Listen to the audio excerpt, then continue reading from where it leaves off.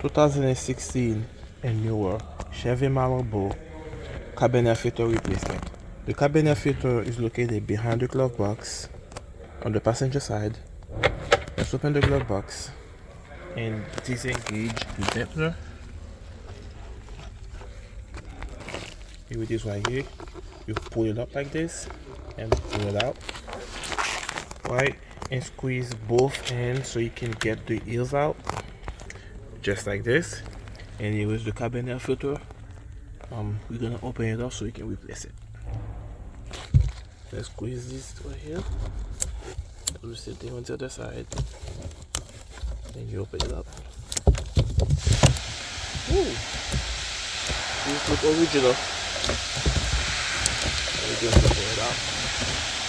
There it is.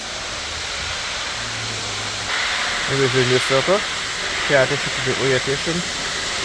Alright, let's put it on. There it is, the new filter is in. Now let's push this in. You're gonna hear it click. Just like that, right? I got the dimmer in. You lock it in place. Good. Thanks for watching, guys. Till the next one.